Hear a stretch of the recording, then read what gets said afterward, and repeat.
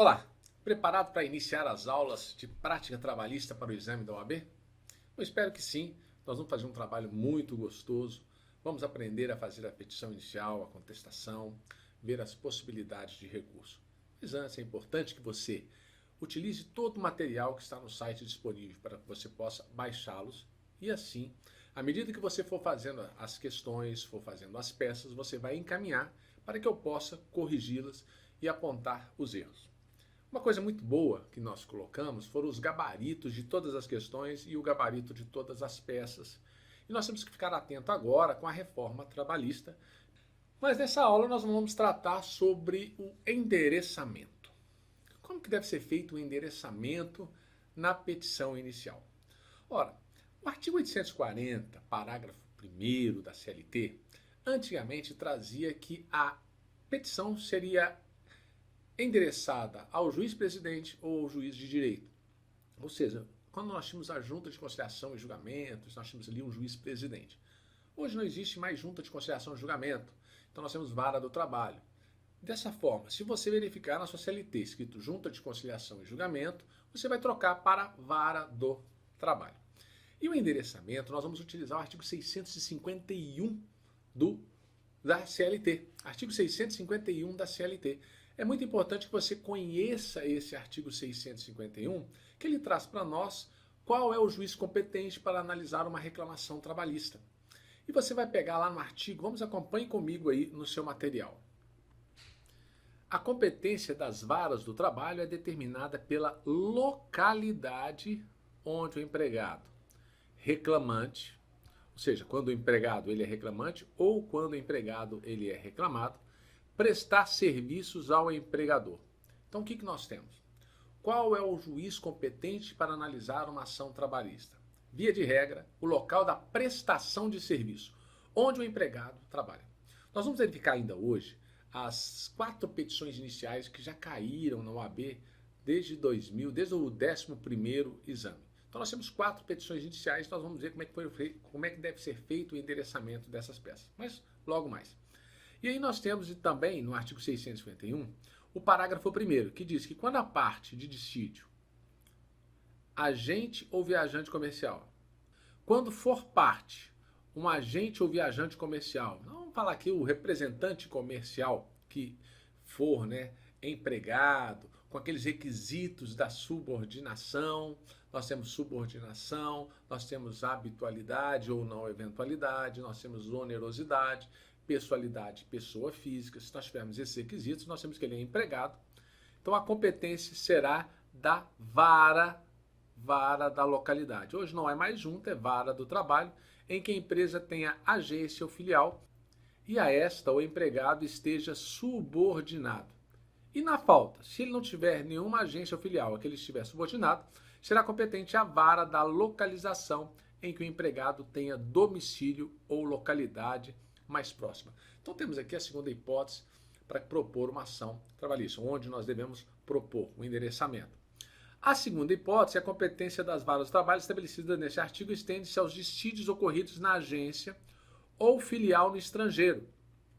Então aconteceu no estrangeiro, o empregado trabalha na Argentina, desde que esse empregado seja brasileiro e não haja convenção internacional dispondo em contrário, a competência será de uma das varas do trabalho, uma das varas da localidade aqui no Brasil, aqui. Geralmente onde ele foi contratado ou onde ele tem domicílio. E o parágrafo 3º nos traz que, se tratando de empregador que promova a realização de atividades fora do lugar do contrato de trabalho, é assegurado ao empregado apresentar reclamação no foro da celebração do contrato ou no da prestação de serviço. Então temos 2 hipóteses aqui no 3º parágrafo. Ou onde ele foi contratado ou onde ele prestou serviço. Imagine aquelas feiras que montam estandes em determinados locais, cada vez ela está numa cidade em Minas Gerais. Ou também circos que cada época estão em uma localidade. Então, se você foi contratado naquela localidade, você pode propor ação ali. Ou onde você prestar serviço. Então, aí fica uma facilidade. Mas, depois de termos conhecimento do artigo 651, é muito importante que a gente verifique aqui as hipóteses que caíram nas provas da OAB desde o concurso 11º. Vamos, acompanhe comigo e você também tem no material um índice que vai te informar quais foram as peças que já caíram. Então, no material você vai encontrar aí, nós temos um sumário. No sumário nós temos petição inicial, caíram 4 petições iniciais, caiu uma consignação em pagamento. Contestação, olha aqui, ó, 1, 2, 3, 4, 5, 6, 7, 8 contestações. Recursos, 1, 2, 3, 4, 5, 6, 7, 8 recursos. Uma contra-razões, um embargos à execução e um inquérito para apuração de falta grave. Então esse é o que nós temos desde 2011. Eu peguei todas as provas de 2011 para cá e fiz essa estatística. Mas o que não interessa para nós hoje é sobre a petição inicial. Então vamos verificar aqui a petição inicial no 12º exame da OAB. O que falava aqui? Falava que Bruno fez uma entrevista, aqui temos o endereço dele, né, que ele é domiciliado em Cuiabá, e ele foi admitido em 2011 para prestar serviços em Cuiabá também, no endereço. Ora, se ele prestou serviço em Cuiabá, aqui vocês vão perceber que não é nada de representante em nenhuma das outras hipóteses, o endereçamento seria ao douto juízo da Vara Reticências de Cuiabá. Por que reticências? Porque aqui nós não temos conhecimento ainda qual é a vara responsável em analisar o caso dele. Nós não temos conhecimento que em Cuiabá tem apenas uma vara, isso não foi dado no problema. Então nós vamos colocar ao douto juízo da reticências, nós não sabemos o número da vara, do trabalho de Cuiabá, Mato Grosso. Entenderam? A outra hipótese que caiu foi em 2014.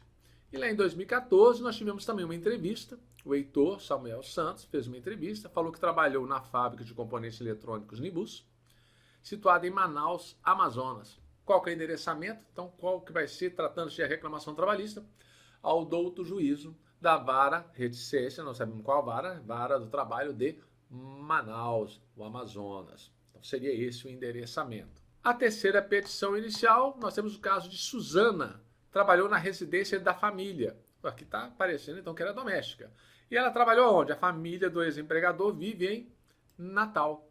Então, ao douto juízo, reticências, Vara do Trabalho de Natal, Rio Grande do Norte. E a última petição, 2017, caiu lá em maio, a prova em maio. Tínhamos o caso de uma reclamante, mas interessante, eu não vou ler o caso todo agora, porque depois você vai ler. Mas se você fizer a leitura, você vai entender. Então, eu estou adiantando. Você vai perceber que na parte final aqui, aparece o número de uma vara. 250, Vara do Trabalho de São Paulo. Esse é o número da vara aqui. Observe que essa ação havia sido distribuída, primeiramente, essa Vara do Trabalho, e em consulta pela internet foi verificado seu arquivamento. Ora, mesmo havendo arquivamento, nós temos o que se chama aí que o juiz ficou prevento. Então, nesse caso, você ao propor a reclamação trabalhista, você tem que propor naquela vara do trabalho, para identificando assim qual é o juiz. Ao douto juízo da 250, Vara do Trabalho de, aqui no caso é de São Paulo, /SP. Entenderam? Ficou fácil? Então o endereçamento é isso, é importante. Esse endereçamento vai valer de 0,10 a 0,20 a pontuação. Se você errar, você perde essa pontuação. Ok? Acompanhe nas próximas aulas, vamos falar agora também sobre a qualificação das partes. Até a próxima, um grande abraço.